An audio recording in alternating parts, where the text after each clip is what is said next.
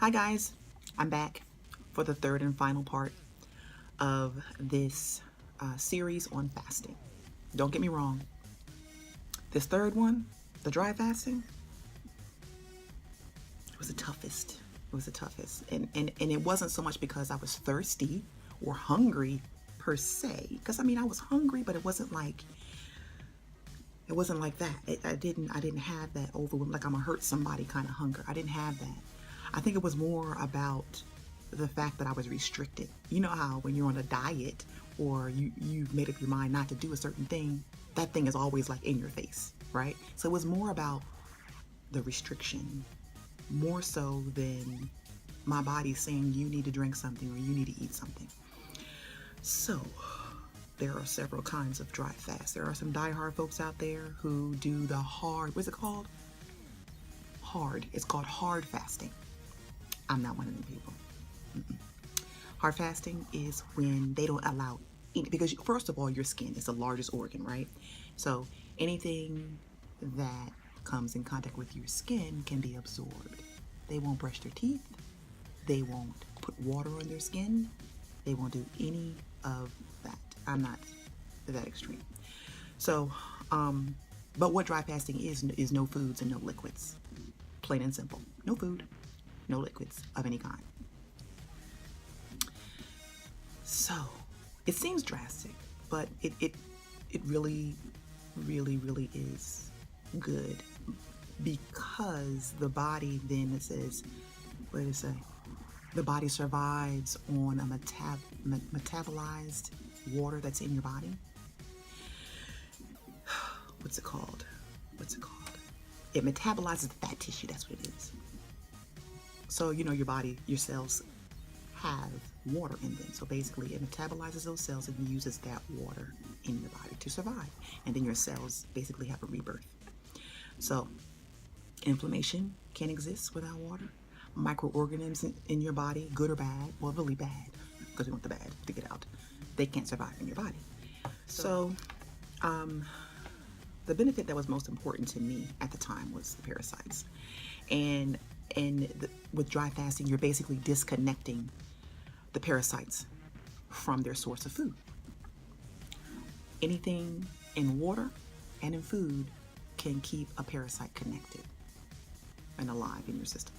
So in October, we decided to do a combined, like I said, wet, intermittent, dry fasting, each 48 hours. And then I had to write this one down. So we did, is a total of 144 hours each week for 4 weeks. So 248 wet, 248 intermittent, 248 dry, and then another 16 hours at the very end equals 148 hours per week for 4 weeks in October. That's what we did. And then in November, we decided to change it up a bit, and we did 72 hours of wet fasting, and then, so that's 3 days. So the remaining 4 days, we just did intermittent fasting. So that's a total of 136 hours of fasting per week for 4 weeks for November. So let me just break it down so that you're really clear on how it works. Okay, so what we did was, we start on Sundays. So Sunday at 6 p.m. begins our fast. So we don't eat anything else after 6 p.m. on Sunday. And then Monday and Tuesday, all day, we have liquids. For me, I did liquids of vitality for those 2 days. Then Tuesday evening at 6 p.m., I ate a meal. After I finished my meal, I immediately went back to fasting. Okay? So then Wednesday and Thursday, my first meal was at 12 p.m. Intermittent days. So between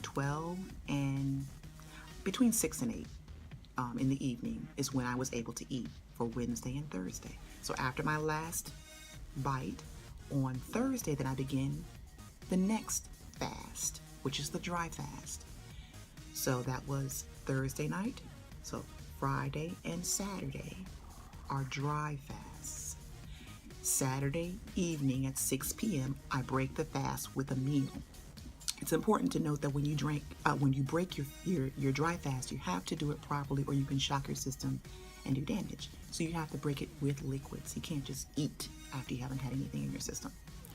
So you have something to drink, and then after you have something to drink, then you can eat a meal. After that meal, I go back to fasting, and then Sunday, I don't eat my first meal until 12 noon. So the times that we eat are called refeeding.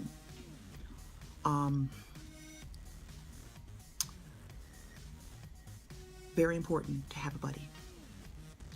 Very important to also note that refeeding, again, while it's not focused on what you're eating, it's just when you're eating. Of course, if you're eating junk at refeed time, you may not see a lot of results, but if you're eating more whole foods, then you'll see more results. But let me give you my results. So between October 1st and December 1st, that's 2 months, I dropped 27 pounds. In December, I didn't do any dry or wet fasting. I just did intermittent fasting, and that was it because it was just too much going on in December. So I just did intermittent fasting, and I maintained the 27 lbs lost. So I started the new year with 31 pounds down. So this was great news to me, child. Okay. Although my initial or my priority in doing this fast was to eliminate parasites, get healthy, remove toxins. Honey, losing weight was on my list, okay? It was on my list, so I was very happy with the weight loss. So the intermittent fasting I've decided is something that's going to be a way of life for me. I can see me doing that forever. And I will add in dry and wet fasting periodically through the year. But I'm so happy that I was able to find something that is healthy and not just me losing weight for me later to eat something and gain it back. Now I know how to keep the balance. So I hope this helps somebody. I hope this helps any of you who are wondering about fasting and whether it's healthy or not.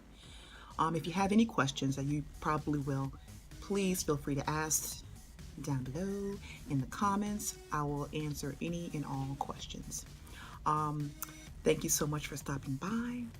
I hope you have a wonderful rest of your day or evening.